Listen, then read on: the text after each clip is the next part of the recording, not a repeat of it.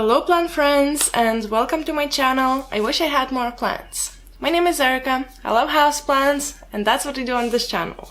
I share my houseplant journey. And today I am finally going to be repotting my big Monstera cutting and I'm going to be potting it up together with my smaller Monstera. So that's what this video is going to be about. If you want to join me or see how I do it, grab your tea, grab your cocoa, grab your coffee, or grab your own plant chores and let's just jump into the video.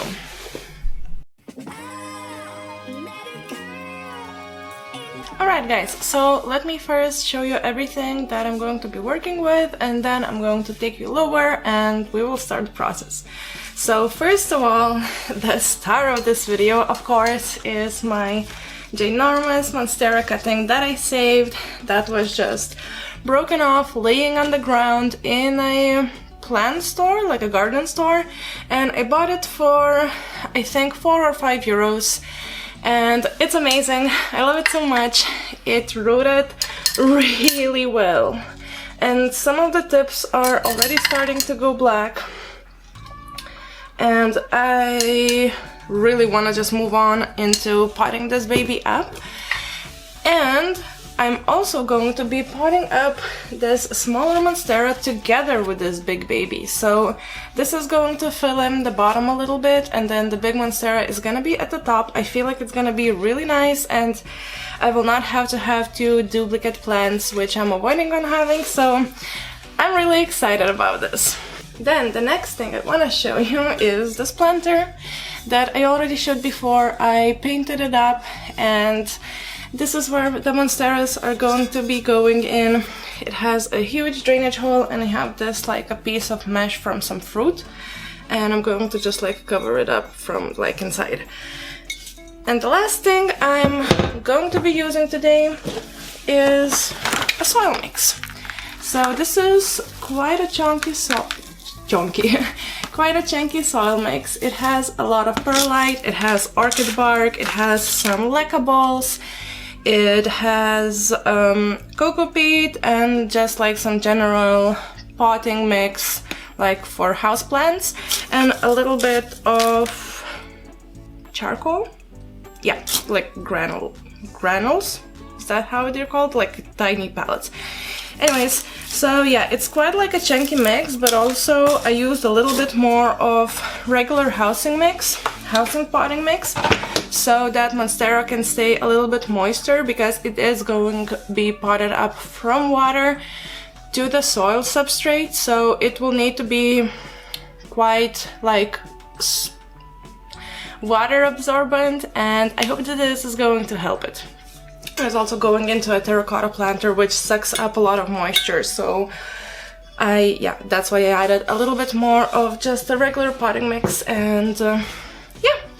Now I can take you lower and we can start on this whole process because I'm quite excited and I feel like it's gonna take me a little bit of time. So yeah, like I said, grab your drink, grab your whatever, grab your plant chores and we can just start and do it. So let's go down. So the first thing I need to do is unpot this Monstera and I'm going to be reusing the soil because I repotted it recently, just like a few months ago. There is also a video about that. Okay, so let's try to take it out.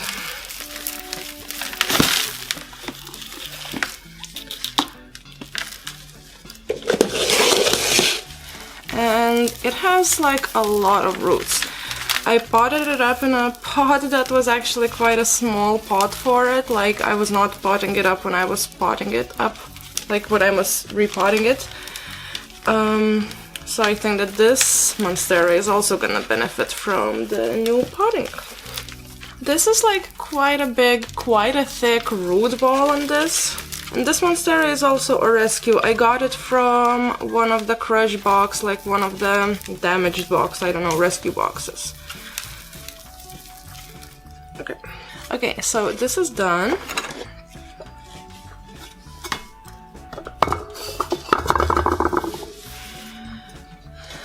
And yeah, I have the mesh inside already, so I'm just gonna like put a good layer of soil at the bottom.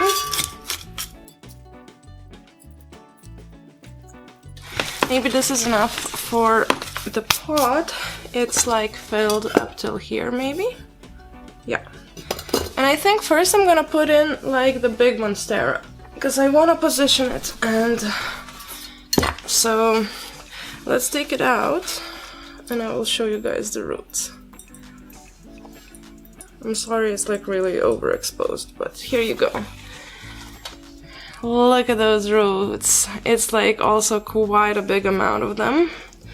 I think I'm going to like cut off the tips of the roots that are a bit mushy and not doing well. Just like those black tips.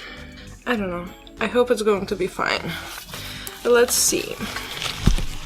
Come on, why are you so exposed? So I put in all of these roots. And I'm gonna put this Monstera like right by the edge, so it's a bit supported by it, because for now I'm not gonna put any kind of pole inside. And I think I'm gonna cover these roots a little bit with some soil.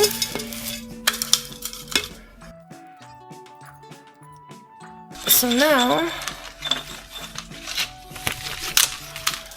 we have this baby here. Let's try to find a place for it. What do you guys think? I think that this is okay, right? Like, this is the big plant coming out. The leaf is gonna be buried, but I kind of want it to be buried because there is also a gap like right here where there is no leaf. So this is gonna be in the soil, this is gonna be like right next to the soil, and then this is where it's coming out. And I feel like that's gonna give it sturdiness, like to have all this big stem like deep inside the pot.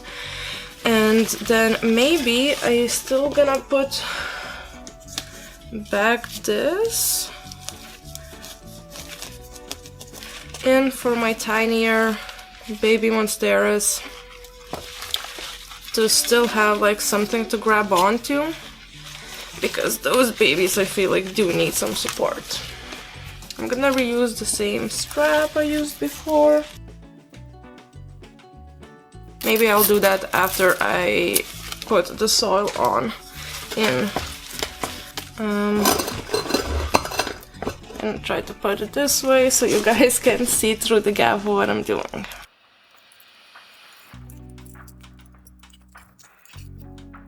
I feel like this way you're gonna see much better. Once again, I'm taking this tiny skewer. It's actually like a skewer from small orchids when they are like come with stakes. And I'm just wiggling those roots around the pot so that the soil can like fall into the gaps, because a lot of times there's like pockets and I really don't want these plants to have any pockets in here.